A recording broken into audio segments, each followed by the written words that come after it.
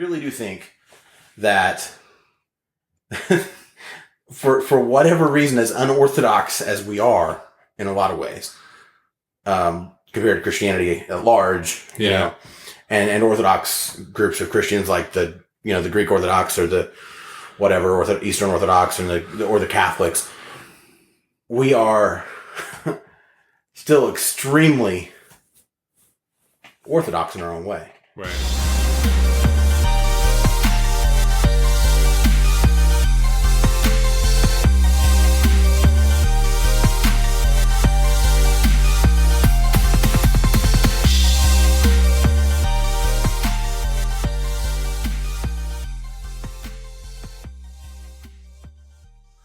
Welcome back to Two Pentecostals and a Microphone. I know you've all have been on the edge of your seats, waiting by the phone, watching videos upon videos, holding your breath until you passed out, ready for Two Pentecostals and a Microphone's next episode. Well, it's finally here, and we're excited to unveil it to you today. And I hope that you guys listen and share. We're going to start a series of episodes. For the next several episodes, we're going to be talking about doctrine, specifically Pentecostal doctrine, and an overview of the whole church doctrine. And what's, orthodox, what's not orthodox. Should we be orthodox? We'll find out. This episode, though, we're basically calling our overview episode or introductory episode to the series, and we will shortly be releasing an episode on Orthodox shortly after this. I hope you all stick around and listen, and thank you for sticking with us as we prepare season 2, as we have gotten finally the ball rolling on this podcast. Thank you again for listening. Welcome back to Two Pentecostals and a Microphone. Thank you. Officially. Were you welcoming me? Or I was okay. welcoming you. Even though you've been here for an hour already. That's true, I have. Yeah. Well, thank you for having me. Yeah, you're welcome. It's good to be back. It's as we're recording this, it is March 14th. Pie Day. That's what I was going to say. It's Pie Day. It is. It is. Pies are round, so yes, that's the formula. Right? Cakes are squared, so yeah. Thank you for that. I appreciate it. Sorry. Now I get all these Pie Day memes that I've been seeing all day on Facebook, so yeah. I appreciate it. Right.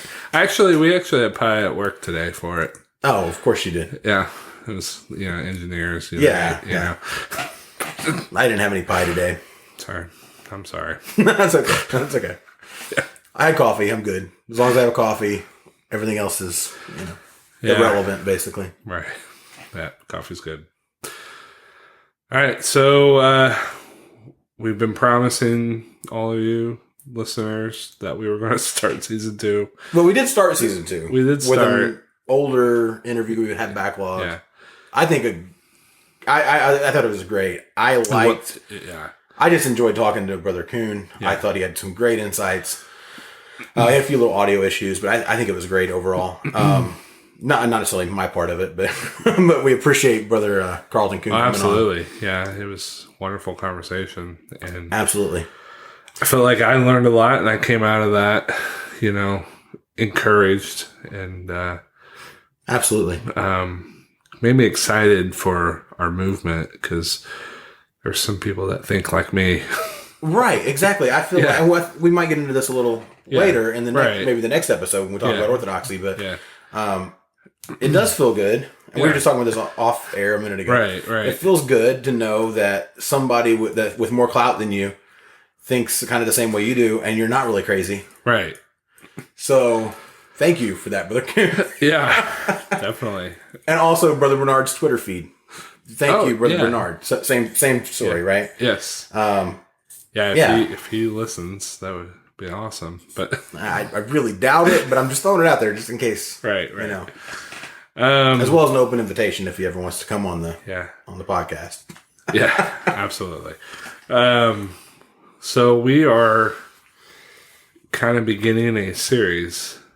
Yeah, we haven't really done a series since Reformation, right? Right, yeah. Which was was that October 2017? Yeah. Yeah, I believe it was. It would have been. Yeah. That's been a year and a half or so. So we're, this will probably take a few months, I would imagine. I think it'll take a few months. Yeah. We're going to talk about doctrine. Yes. And various aspects of it. Why it's important and what it is, why it's important. Yeah, why we need it still. Yeah. And we'll talk about it from the perspective of Christian doctrine overall in a broader sense. Right. And then apostolic doctrine. Meaning, not necessarily in the sense of the apostles, which is what that word actually means, I guess, but like the apostolic quote, you can't see my air quotes, but the apostolic movement and the, Pentecostal movement that we're part of, right? Specifically our doctrine. So, and how they relate. And I think it'll be interesting. Yeah, I believe so. So today's episode is more or less a general overview of what we're going to be talking about the next few weeks or next few months or so. And, so we'll have at it.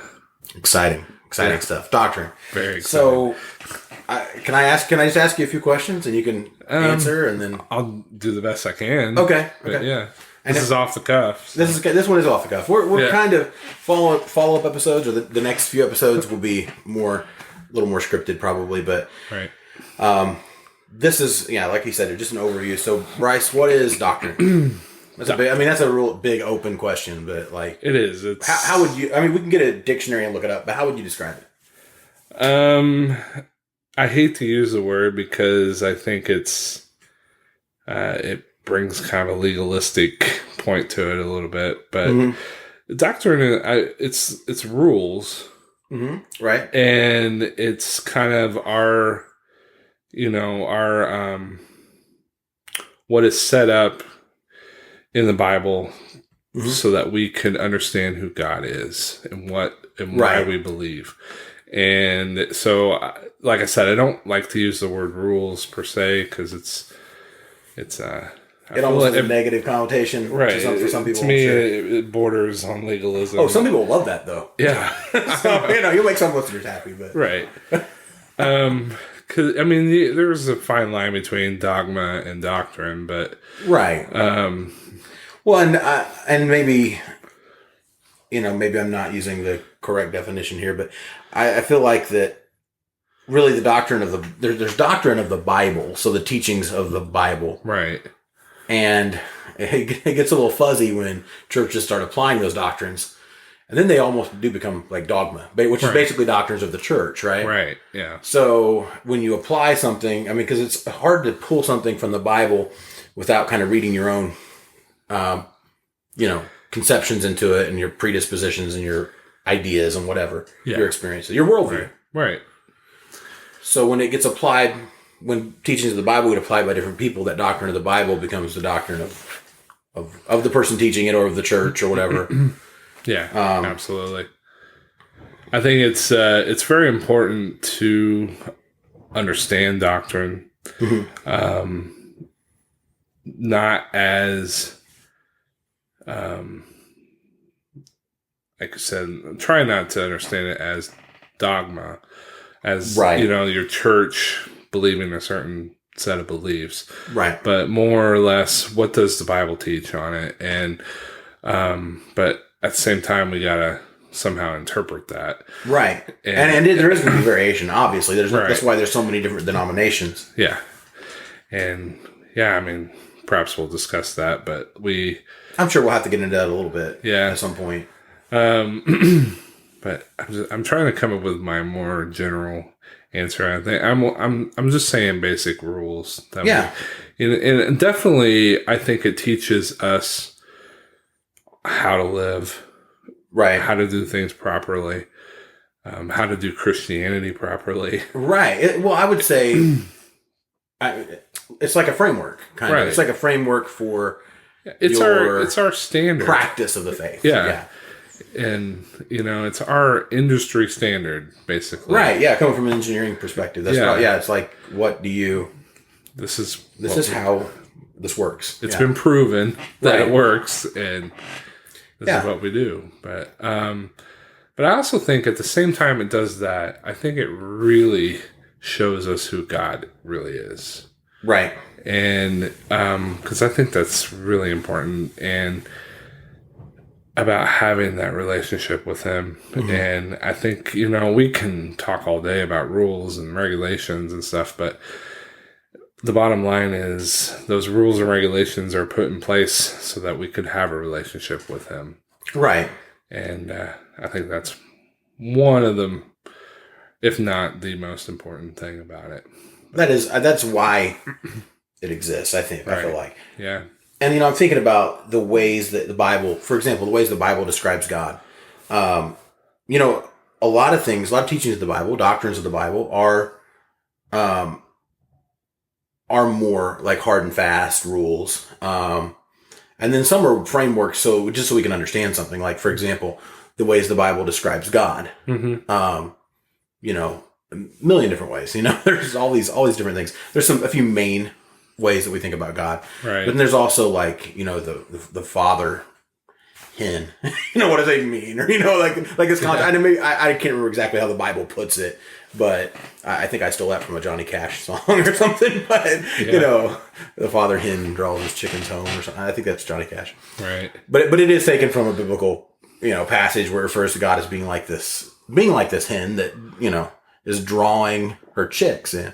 Well, that we know God's not a chicken, but that idea of that God wanting to draw us close and right. that resonates because we know how, maybe not everybody reading the Bible knows, but in the time it was written, for sure, probably everyone got that idea of, that visual, and understood what it meant. Yeah. And we can, from, if not from personal experience, we still know what a chicken looks like, that relationship with her chicks, So, if nothing else, from books you read in kindergarten. So, I think there's a lot of things in Scripture that are just, and in us, even maybe even not in Scripture, but just in the way we talk about Scripture, which are more church dogma, mm-hmm. but that just help us understand.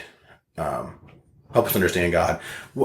And I think the important thing too is that we know we have enough self-awareness as individuals and as a movement to know where one ends and the other one begins. Right. Like, what is my opinion, or what is my way of trying to explain this? What is my preference, and what is actual biblical doctrine? Right. It's extremely important in my opinion. Yeah. And I don't think and I'm not just talking about Pentecostals or apostolics here. I'm talking about most denominations, maybe all across the board. I don't think we do very good at that. We are not exactly good at the whole self-awareness thing.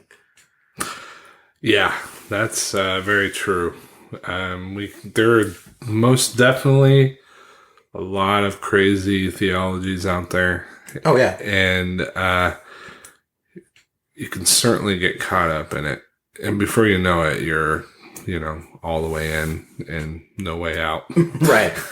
And I think all of us have, like, for us, in the apostolic movement, what we're likely to, or the weird stuff, doctrines, whatever, that we're likely to slip into are going to be different than it would be for, like, a Baptist or someone who's Catholic or whatever you might be. But we all have our areas, where we can get tripped up and in the weeds. So absolutely. Okay. Yeah. So it's Matthew. Just to clarify, because I was afraid I was throwing something really off the wall out there, but I knew I had read that in the Bible, but it's not just heard it in the Johnny Cash song. All right. So it's Matthew 23:37. It says, "Jerusalem, Jerusalem, the city who kills the prophets and stones those who are sent to her. How often I wanted to gather your children together as a hen gathers her chicks under her wings, yet you were not willing." So that is the scripture I was referencing. So Johnny Cash's song says, I think refers to as the the father hen, which is weird. I don't understand. I don't know what was going on there, but that's weird. But anyway, the Bible does refer to as, it's not necessarily saying that God is a chicken or is like a chicken, but it's this imagery. Right. You know? And it's just to understand, like, Jesus used that so much, and in his parables, and the kingdom of heaven is like this. It's colorful language that helps us connect. It's storytelling, really, right? Yeah, which we as humans can learn from and connect with more than dry, just dissertation on whatever. Right. Well, if the Bible was like technical writing, it would probably drive me crazy. But you've read Numbers, yeah. So yeah, there you go. Yeah, and Chronicles, right? Yeah. It's parts of it are kind of like that, and that's when you're doing a read through the Bible plan, it gets a little tough in some of those areas. Like, yeah, I enjoy the. I know we're chasing a rabbit here, but I enjoy the new Bible plan. Year in a Bible plan where because before the ones that was on before just started with Genesis and then Matthew, and they just read them and just went, yeah. But this one jumps around a lot. Oh, okay. And so you get like a little bit of Genesis, and you get a little bit of something in the New Testament, and then when you get to Numbers and Chronicles, it's not so much. It's not so much at once. Yeah. I need to try playing like that next time. I'm doing a read. I did the last one I did was read through the Bible in King James, just cover to cover. Right. And this time around, as much as I love Middle English, this time around I'm doing the NIV, and I'm doing it in chronological order. Right. So, which is kind of interesting. It adds some insight. I read something interesting. I think it was Mark Batterson's book, The Circle Maker. Yeah. And he was talking about, and I actually did it too. He listed like 100 goals or something that he wanted to accomplish in his life. These were kind of your bucket list type goals. And one of them was he wanted to read the Bible in 10 different translations. Oh, that's cool. From cover to cover. That's cool. And that's a good goal. Yeah. Good goal. So, I mean, say what you want about all the other translations. Yeah. I think it's very important to understand. And so many times our pastor will quote from the NIV or something just to bring clarity to it. I think it does bring a lot of clarity. And somebody the other day, I can't remember who it was. Oh, I know who it was. It was Brother Sistrunk. Yeah. Was at our church. The North American Missions Director for UPCI, and he was at our church for our pastor's 30th anniversary service. Right. At the time we're recording this, it would have been last Sunday. Right. And he said it was funny because he was reading something, and it was kind of it was King James English, and it sounds kind of pretty when you say it, but it doesn't. But it's one of those, and I know sometimes it's fairly clear. Sometimes it just sounds pretty, but it really doesn't say a whole lot because you're just like you get caught up in the Middle English, Right. So he says, well, the King James version gets kind of caught up in the weeds there, or something to that effect. So let's read it in the NIV or whatever version he read it in. Yeah. So he read it in a different version. So I think it is, it's good to bring clarity sometimes. And I know that people have issues with a lot of different versions. But I think there's a good explanation for a lot of those issues. This is for a later episode, probably we could get into. But anyway, I have no problem using different translations. I know they're not necessarily all of equal quality, probably, but there are some good translations out there besides the King James. Right. Anyway, for sure. And even the New King James isn't like it's still got some archaic words in it, but but it's a little bit updated. Right. Well, on that subject, as you're studying the Bible, I think it's important to have multiple translations. Right. Just for your own study and for your own understanding. I think it is. Parallels are great. Yeah. And if you want to get to the brass tacks of it, you need to read ancient Greek or biblical Yeah. Greek and biblical Hebrew to Hebrew, really maybe some Aramaic. get what Yeah. really said anyway. So Right. Well, and that's okay. I've been reading Doctrines of the Bible, and I think chapter 2 is written, and I'll probably get it wrong, but I think his name is Dr. Meese, I believe, and he wrote chapter 2, which is on the Bible, and he's talking about, and Brother Bernard has wrote a couple chapters. I don't know who all wrote in that book, but I think Brother, I'll get it wrong if I start naming more names, but I know there were definitely a few chapters from Brother Bernard. Anyway, this brother, I think it was Dr. Meese, talking about the different biblical translations into English, and he makes the comment that the best way to do it is to read the original languages. Right. And he actually is a language expert, and he does do all of his own translations. So he doesn't even use King James translations in his writing. When he quotes scripture, he's doing his own translation every time.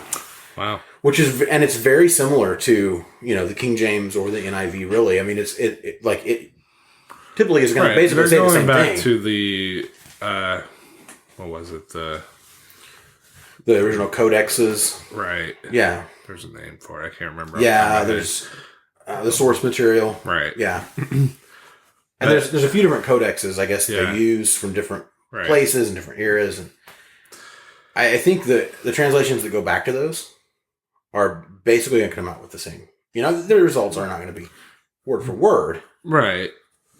But it's going to basically say the same thing, or should, at least. Yeah. I think, I know we're kind of off topic a little bit, but it's important, too, in our discussion on doctrine. Right. It does affect it. Yeah.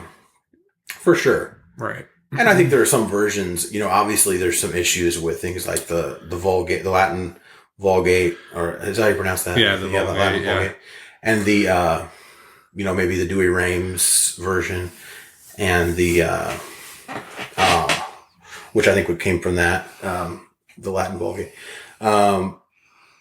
as well as probably the Message. I mean, it's paraphrasing, and I would use it sometimes to make a point when I was teaching at like the detention center with kids who could barely read and didn't want to learn and didn't care about anything except that they were not sitting in their cell for an hour. I mean, it's the truth. I mean, not all of them were like that, but a lot of them were. So to get a point across, a lot of times I'd use the Message, or I would just paraphrase it myself. I'd use the NIV or the KJV or whatever, and I just paraphrase it myself. So it's not that they don't have their uses, but there are some issues with some translations. Yeah, I'm probably going to be real, don't shoot me for saying this. Yes. I'm not going to shoot you, but somebody else might. I'm not going to make any promises. I'm going to be a little, I'm going to just put this out there. Put it out there. Yeah. I think it's important to understand your audience. And you brought up reading the Message to the detention center, and the Message gets a lot of flack. Oh, it does. Especially in our church. Well, and I get it, some of it. You know, I do get some of that. I mean, I understand some of that, but right. But it's still the bottom line is bringing the gospel out. Right. If you can bring out the message. Yeah. Yeah, you got to know your audience. Because I made this comment to somebody the other day. We were having a discussion, and they were strongly King James only. And we're having this discussion. And I said, basically, I would rather them... Oh, actually... Yeah, okay. For starters, I would rather somebody listen to a version that might not be 100% accurate with the syntax or whatever, the punctuation or the grammar or whatever your issues are with that translation. Yeah. But gets the point across. Right. Than to read them the entire Bible in the King James and them to sleep through the whole thing or just zone out and not listen. Yeah. And we're having this we're doing this in our Bible hour classes right now. We're doing videos, and some people love, and it's about creation science. And wasn't this past Sunday the first Sunday? Second. Okay. Really interesting.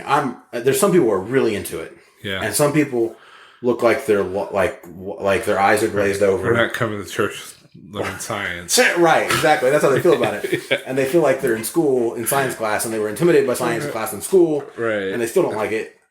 So, in order to keep everybody engaged, I was having this discussion actually with Brother Aaron Airwood. Okay. Our assistant pastor. And he was on the podcast. Yeah. Former podcast guest. Yeah. We were talking about the videos, and I think I made the comment that I would rather them watch the two most important 5-minute segments out of that video, right, and actually watch them, than to sit through the 30 minutes and not get it. So we're trying to figure out. We're on this like the second week out of like 8, I think. So we're trying to kind of figure out what works. So we don't want to just dumb it down to the point where they're not learning anything, right? But we don't want them all to just zone out either. So it's a kind of a balancing act, But yeah, and because the audience is even though it's an age group audience, they're in our class. They're basically in the 30s. Most of them, but there's a lot of variety in that group. Where their interests lie. Educational background, what they care about. So I'm not a scientist. I'm not. Science was not my strong suit in school, in high school or college. But I barely made it through what was this? Yeah, anatomy and physiology. I think I took 1 and 2, and I barely scraped through both. Yeah. But I'm naturally curious about things that I don't know about, so I love it anyway. Right. But not everybody feels that way. Yeah. So yeah, you do. Knowing your audience, it's maybe the most important thing. Right. Because if you can't get the message across to them, then the message is not going to do anything. Right. It's not going to have any effect at all. Right. And you're really just talking to a brick wall. Mm-hmm. And brick walls. And so if a paraphrased scripture is going to help you get the people that you're speaking to understand it better, then as long as the message, why not do that? As long as the message is still the same. Yeah. I mean, I grew up Baptist, so I definitely have a different viewpoint on the King James Bible. Mm-hmm. We didn't read it. Did you use the American Standard Version, or we used the Today's English version. Oh, okay. Really? The Good News Bible. Yeah. Interesting. I didn't know that. Yeah, that was all. I have a copy of that, actually. NIV as well. So okay, yeah. But and I feel like the NIV is a pretty standard modern version. Right. So I mean, the whole King James debacle really just it just washes over me. But that's the kind of way I feel about it. It's all a matter of context. Right. How you're going to use it. Know that it. Do I think it's important? Yes. I mean, the King James version is a good version. Right. And it's important that you read from it, just as important as you read from other translations as well. Right. Exactly. I'm not how I feel. I'm not saying throw it out and use something else. And so I'm not saying throw everything else out either. And if I'm preaching in a Pentecostal church, again, knowing your audience, you're probably going to use KJV. You're going to quote from King James. Or if you use the NIV, make sure you tell them up front. Right. And tell them why. Yeah. A little a little bit of a caveat never hurts, But I mean, I don't know about you, but I certainly don't use thee and thou and no, it's not how we talk, and it's not. We might understand it on an intellectual level, but we don't really connect with it the same way. I feel like it's not the same for everybody, but I think generally speaking, your average audience is probably not going to get it the same way they get a more modern translation. Right.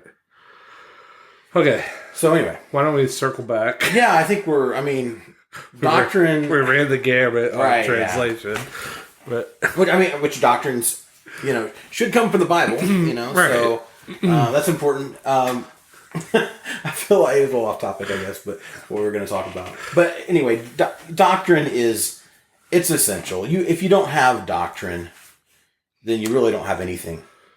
I was going to pose the question because there's kind of the emerging movement is kind of a big deal. And especially, I'm talking Christianity as a whole. Right. not necessarily Pentecostalism, but this whole concept of I don't need religion, I just need Jesus. Right. And so I think a lot of people look at doctrine in a negative way, and we're religious Pharisees, and right, and I feel that way to a point, right? And I'm not ready to throw out religion, but I do think that religion has gotten in the way of really, really actually doing Christianity like Jesus envisioned a lot of times. Even our own. I think there are definitely times when our everything from our dogma to our tradition to just our organizational structure, at times has gotten in the way. Yeah. Now, at other times, it helps. I mean, you couldn't send missionaries to all the countries we have missionaries in if you didn't have a quote unquote church, right? So I agree with that to a point, but not to a point. I feel like it's a lot of things. I'll say this, that what my great grandma, I think, used to say, don't throw the baby out with the bathwater. Right. And that's what we got to get back to, is like, let's think about what's really important here. Yeah. And you can't just throw it all out because there's some issues. And I feel like that the issues, I'm going to be honest, I think there's still issues in our movement. I mean, if you think there aren't, you're either blind or you're lying to yourself or something, because every movement has its issues, and we're humans. We're a big group of humans. We're always going to have issues. But we're all still trying to figure out what the Bible actually says. Yeah, exactly. Right. Yeah. Right. And if we can admit that and right. work on it and try to be better and try to, and I think there's an awakening in the apostolic movement of where we've,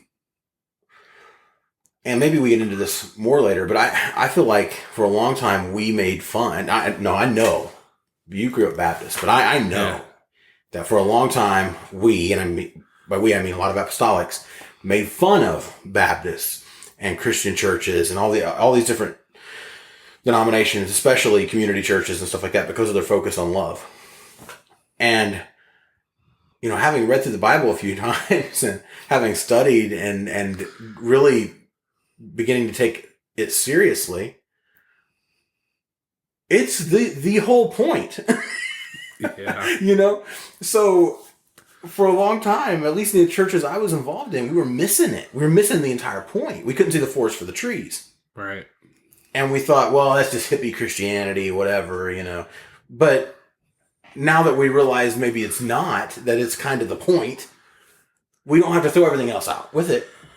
Or, everything else out to get that. We just have to bring that in and make sure we don't forget that, you're supposed to love everybody. I mean, Jesus couldn't have been more clear about that, Well, this is a Baptist in me talking right now.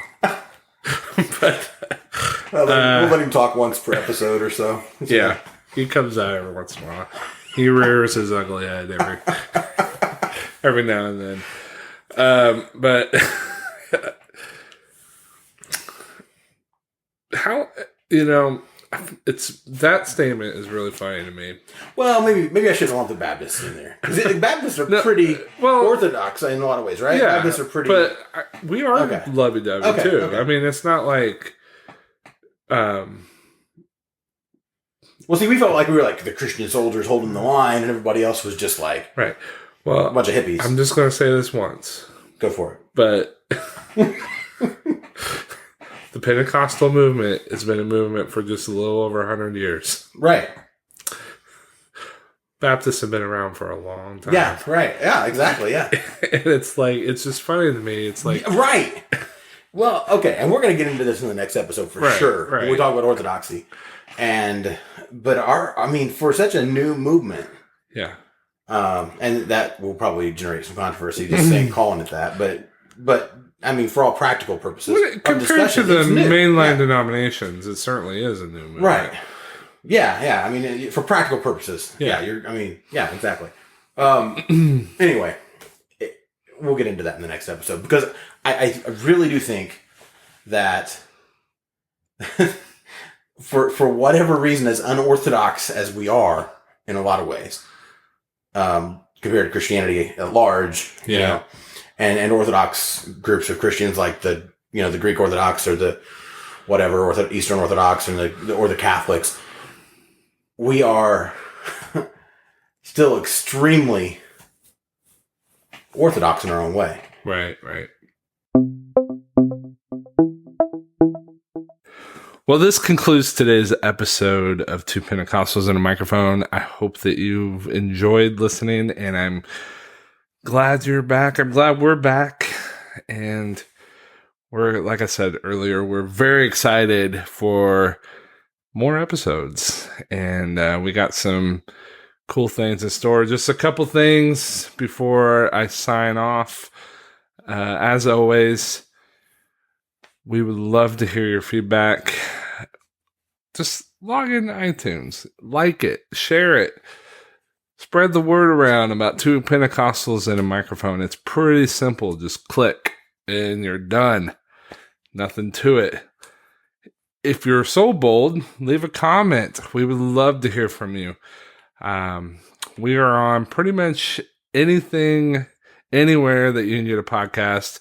We do have a Facebook. We have a website. We have an Instagram. All the social medias at Two Pentecostals and a Microphone. Just Google it. You'll find it. It's pretty simple. Thank you again for listening, and I hope you stick around for our next episode. It's going to be a good one.